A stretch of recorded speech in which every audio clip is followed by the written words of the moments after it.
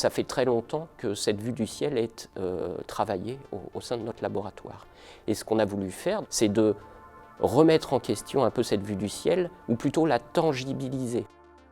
La recherche à l'école d'architecture de Nantes s'inscrit dans une longue tradition qui remonte au tout début des années 70.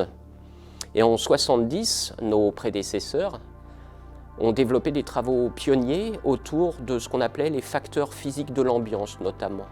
Au sens de ces facteurs physiques de l'ambiance, ils se sont préoccupés des vues du ciel, vues du soleil, vues de l'environnement, et ont développé un ensemble d'outils méthodologiques.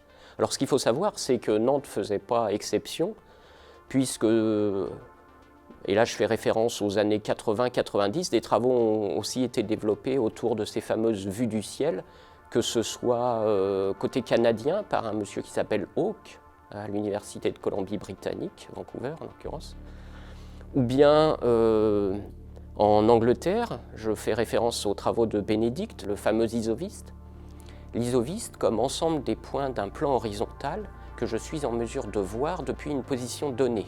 C'est un peu comme si j'avais des yeux tout autour de la tête et que je voyais sur 360 degrés, dans toutes les directions du plan.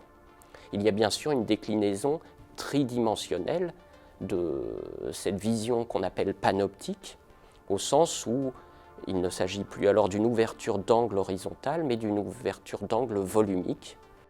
Et Bénédicte, dans un article fondateur qui date de 1979, propose ce concept, le décline sur une collection de points, il appelle ça alors un champ d'isoviste, et il se rend compte qu'il est confronté à un problème de ce qu'on appelle maintenant un problème de visualisation, c'est-à-dire de comment représenter la chose et comment donner à voir cet ensemble de points de vue et les isovistes qui leur correspondent. Et il propose plusieurs déclinaisons.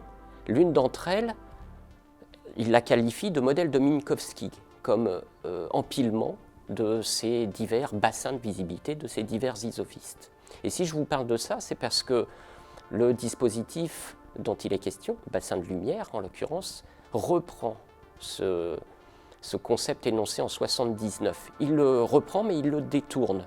Pourquoi ? Eh bien là, je vais aller chercher un troisième auteur, l'auteur liégeois dont je parlais tout à l'heure, Jacques Teller en l'occurrence, qui avec un de ses prédécesseurs, Albert Dupagne, produit au tout début des années 2000 ce qu'il appelle les OVDC, ouverture et vue du ciel, les fameuses cartes de vue du ciel que nous allons empiler. Voilà donc ce qu'on a sous les yeux, cette fameuse pile, ce bassin de lumière, ces 82 strates de plexiglas, c'est une espèce de conjonction heureuse, je trouve, d'un concept produit en 1979 par Bénédicte pour un autre objet qui a quand même à voir avec les OVDC, avec ces fameuses ouvertures et vues du ciel produites plutôt 20 ans plus tard par des Belges. Voilà, c'est une association internationale, une coproduction internationale qui permet de produire ce fameux dispositif lumineux.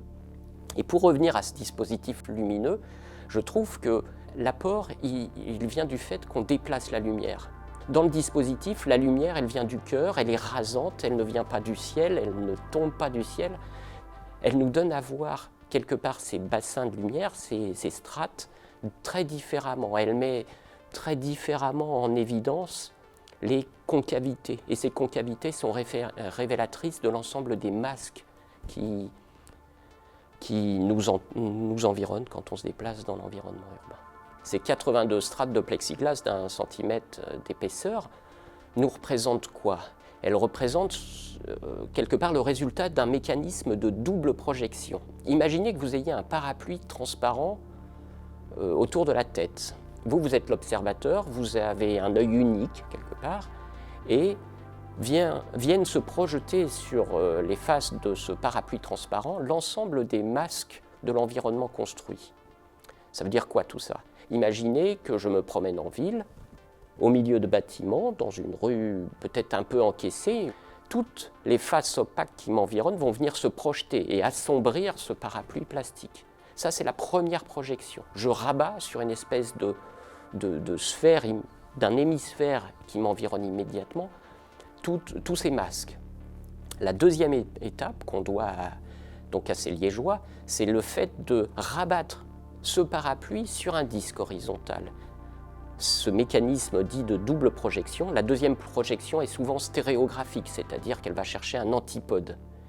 Elle permet de me distinguer la part de ciel vu de la part de ciel pas vu, parce que masqué par ce qui m'environne immédiatement. Et c'est ça qu'on représente avec les plexiglas, les fameuses strates de plexiglas. Sauf que ces strates de plexiglas, quelque part, elles me donnent à voir le complémentaire, au sens où, dans la vision historique des collègues liégeois, ce qui était solide était la part cachée, le sombre, et ce qui était du vide était la part de ciel visible. Nous, ce qu'on donne à voir avec ces strates, c'est qu'on oublie la part cachée et qu'on met en lumière la part visible.